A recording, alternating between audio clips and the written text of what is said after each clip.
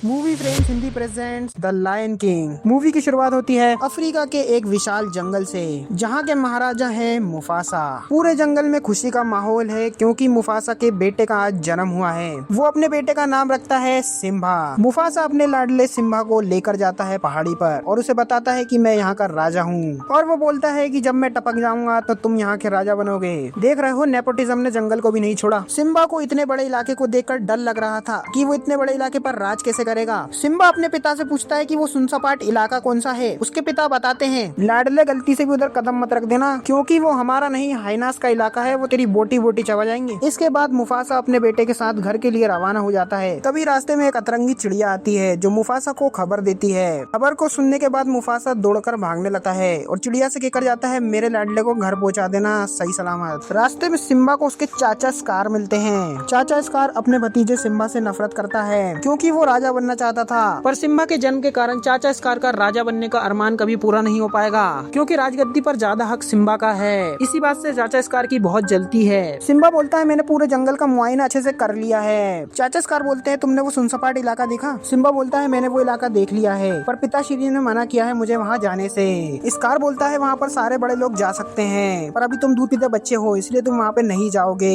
इस बात से सिम्बा का ईगो हर्ट हो जाता है और वो चुपचाप अतरंगी चिड़िया के साथ घर आ जाता है जहाँ पर उसकी गर्लफ्रेंड उसका वेट कर रही थी जिसका नाम नाला है। नाला और सिम्बा साथ में खेलने लग जाते हैं। खेलते खेलते ये पहुंच जाते हैं सुनसपाट इलाके के पास। सिम्बा के पापा ने उसे मना करा था वहाँ पर जाने से, पर सिम्बा को हीरो बनने की चुल मचती है इसीलिए वो वहाँ पर चला जाता है। वो देखते हैं कि वहाँ पर हाथियों की हड्डियाँ पड़ी हैं। ये देखकर वो डर जाते हैं। तभी उन्हें लकड़बग्घों का झुंड घेर लेता है। लकड़बग्घे इनकी दावत उड़ाने के लिए तैयार थे। तभी अतरंगी चिड़िया वहाँ पर आ जाती है। वो बोलती है, अगर तुमने इनको हाथ लगाया तो मुफासा तुम्हें नहीं छोड़ेगा, ये मुफासा का बेटा है। तभी लकड़बग्घा चिड़िया से बोलता है, हट साली, हमें ज्ञान देगी, और वो शेर के बच्चों के पीछे पड़ जाता है। ये नन्हे से शेर के बच्चे कितना ही भाग पाते, लकड़बग्घे इनको आराम से पकड़ लेते हैं। तभी वहाँ पर एंट्री होती है मुफासा की। मुफासा सभी लकड़बग्घों को धूल चटा देता है और वो लकड़बग्घों के सरदार को धमकी देता है, थारी हिम्मत कैसे हुई मारे छोरे को हाथ लगाने की? अगली बार मारे छोरे को एक भी खरोच आई तो सभी लकड़बग्घों की गेंद से अंटी खेलूंगा। तभी लकड़बग्घों का सरदार मामले की गंभीरता को समझते हुए सॉरी बोलता है। तभी मुफासा सिम्बा और नाला के साथ वहाँ से निकल जाता है। रात को मुफासा का भाई स्कार लकड़बग्घों से मिलने के लिए आता है। वो लकड़बग्घों के सरदार से कहता है, तुम मुफासा और सिम्बा को मार दो, इसके बाद जंगल पर मेरा राज होगा, फिर जंगल पर हक तुम्हारा भी होगा, तुम जितना चाहो उतना शिकार जंगल में कर सकते हो। लकड़बग्घों को ये डील अच्छी लगती है तो वो इस डील के लिए मान जाते हैं। अगले दिन स्कार चाचा अपने भतीजे सिम्बा को पहाड़ी पर घुमाने ले जाता है। स्कार कहता है कि अगर तूने शेरनी का दूध पिया है तो जितना तेज हो सके उतना तेज दहाड़ कर दिखा। तो सिम्बा उसकी बातों में आकर तेज तेज दहाड़ने लग जाता है, जिससे लकड़बग्घों को पता चल जाता है कि सिम्बा वहाँ पर आ चुका है। लकड़बग्घे जंगली भैंसों को घेर कर सिम्बा की तरफ भेजते हैं ताकि सिम्बा का गेम ओवर हो जाए। तभी स्कार योजना के अनुसार मुफासा के पास जाता है। वो मुफासा से कहता है कि सिम्बा जंगली भैंसों के झुंड के बीच में फंस चुका है। ये सुनकर मुफासा घबरा जाता है और तुरंत अपने बेटे की तरफ बढ़ता है। वो देखता है कि सिम्बा जंगली भैंसों से बचने के लिए पेड़ पर चढ़ा हुआ है। मुफासा तुरंत सिम्बा की तरफ बढ़ता है। वो सिम्बा को पेड़ पर से उतारकर किनारे की तरफ ले जाता है। सिम्बा को किनारे पर पटकने के बाद मुफासा ऊपर आने की कोशिश करता है, पर जब वो ऊपर चढ़ने वाला था उसका भाई स्कार उसे धोखा दे देता है और उसके मुंह पर पंजा मार देता है, जिससे वो नीचे गिरने लगता है। सिम्बा ये सब अपनी आंखों से देख लेता है। जंगली भैंसों के झुंड के जाने के बाद सिम्बा अपने पिता के पास जाता है। वो देखता है कि उसके पिता घायल हैं। सिम्बा मदद की गुहार लगाता है पर उनकी मदद करने कोई नहीं आता। तभी स्कार वहाँ पर आकर सिम्बा का ब्रेन वॉश करने लग जाता है। वो बोलता है कि तूने अपने पिता की जान ले ली, तू मनुष्य है, तूने अपनी माँ को विधवा बना दिया, सब यही सोचेंगे कि तूने अपने पिता को टपका दिया क्योंकि तुझे राजा बनने की जल्दी थी। ये सब सुनकर सिम्बा की फटने लग जाती है। वो बोलता है, अब मैं क्या करूँ? स्कार बोलता है कि तू यहाँ से कहीं दूर कट ले, इससे पहले कि सब मिलकर तुझे मार डालें। सिम्बा यह सुनकर डरते हुए वहाँ से भाग जाता है। लकड़बग्घे सिम्बा का गोश्त खाने के लिए उसके पीछे पड़ जाते हैं, पर सिम्बा उन दरिंदों से अपनी जान बचा लेता है। स्कार सबके सामने ये ऐलान कर देता है कि अब से मैं यहाँ का राजा हूँ क्योंकि सिम्बा और मुफासा मारे जा चुके हैं। सिम्बा चलते चलते वीरान रेगिस्तान में पहुँच जाता है। भूखा प्यासा सिम्बा चक्कर खाकर जमीन पर गिर जाता है। उसे जमीन पर पड़ा हुआ देख गिद्ध उसकी चारों तरफ मंडराने लगते हैं। गिद्ध उसके पास जाकर उसे मारकर खाने वाले थे।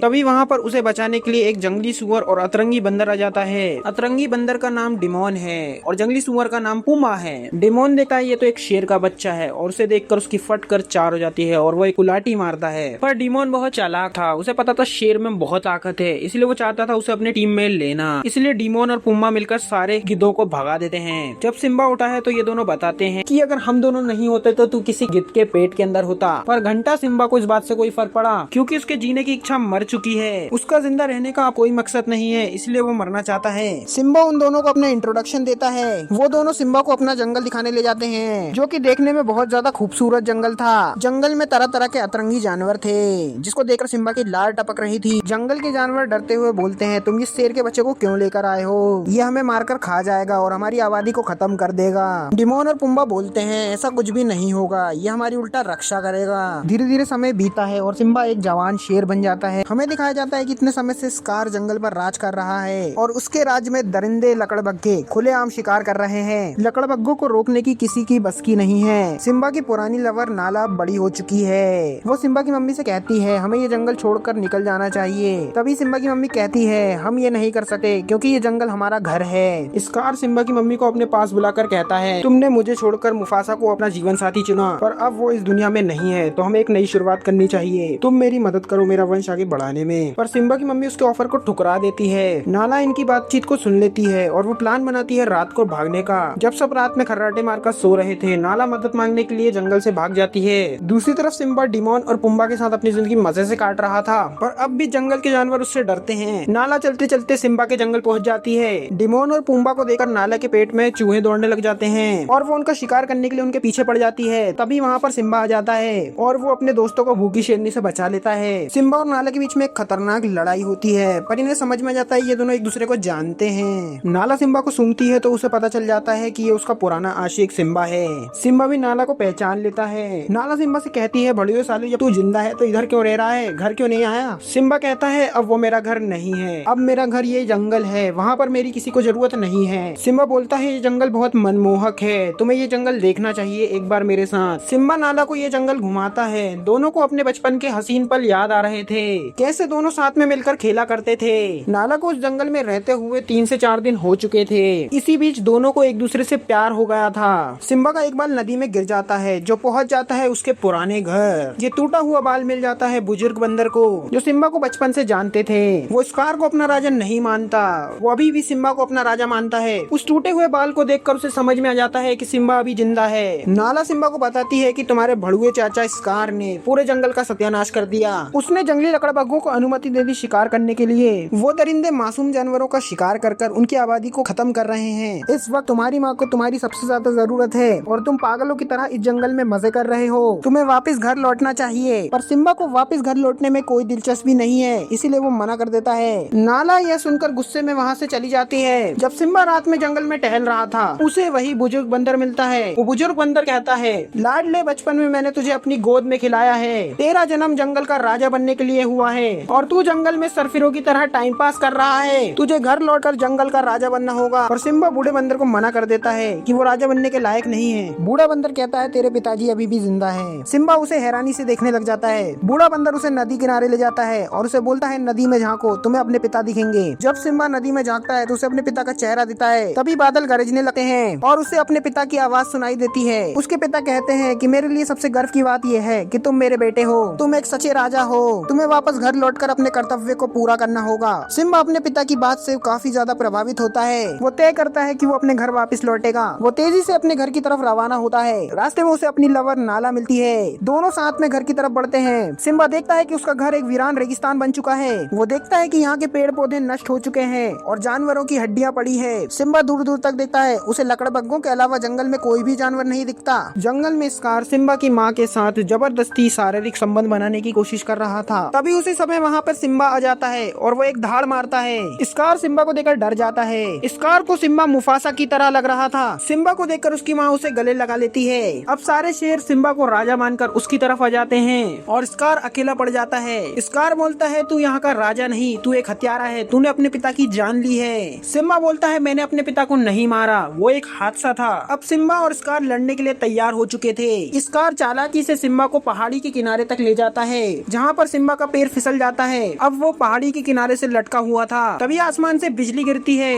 और पहाड़ी के नीचे आग लग जाती है। स्कार सिम्बा से बोलता है, यह मंजर मेरी जिंदगी में पहले भी हो चुका है। इसी तरह तेरा बाप पहाड़ी पर लटका हुआ था और मैंने उसके मुंह पर पंजा मारकर उसे पहाड़ी से नीचे गिरा दिया था। यह सुनकर सिम्बा का खून खौलने लग जाता है। सिम्बा स्कार की गर्दन को पकड़कर पहाड़ी के ऊपर आ जाता है। अब इन दोनों के बीच में एक घमासान युद्ध शुरू हो जाता है। दूसरी तरफ लकड़बग्घे और शेर एक दूसरों पर हमला कर देते हैं। डीनो और पुम्बा भी लकड़बग्घों से लड़ने के लिए आगे बढ़ते हैं। स्कार और सिम्बा लड़ते लड़ते पहाड़ी के एक कोने पर पहुंचते हैं। अब स्कार के पास भागने का कोई भी रास्ता नहीं बचा था। स्कार को समझ में आ गया था कि वो सिम्बा को नहीं हरा पाएगा। वो सिम्बा से कहता है सारी गलती लकड़बग्घों की है, उन्होंने मुझे ये सब करने के लिए बहलाया फुसलाया। सिम्बा कहता है तुम एक कायर हो, तुमने सबको धोखा दिया, तुमने उस भाई को धोखा दिया जो तुमसे सबसे ज्यादा प्यार करता था, और अब तुम इन लकड़बग्घों को धोखा दे रहे हो। सिम्बा कहता है मैं तुम्हारी तरह नहीं हूँ, निकल जाओ मेरी नजरों के सामने से। तभी स्कार वहाँ से जाने लगता है, पर अभी भी उसके अंदर राजा बनने की भूख जिंदा थी, इसीलिए वो चालाकी से अपने पैर से जलता हुआ अंगारा सिम्बा की आंख पर फेंक कर मारता है और वो सिम्बा पर हमला कर देता है। पर सिम्बा अपने आप को संभाल कर स्कार पर हमला करता है, पर स्कार सिम्बा की ताकत के सामने टिक नहीं पाता। पर सिम्बा स्कार को मारने के बजाय जिंदा छोड़ देता है और वो वहाँ से निकल जाता है। पर जब स्कार वहाँ से भाग रहा था, लकड़बग्घों का झुंड उसे घेर लेता है।